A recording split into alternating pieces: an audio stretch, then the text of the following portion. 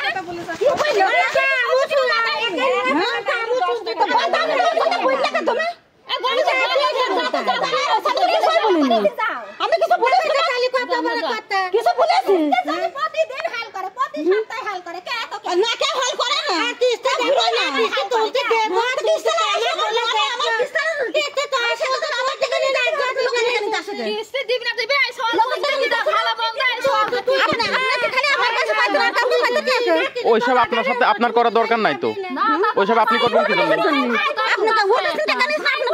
ও driver আপনার?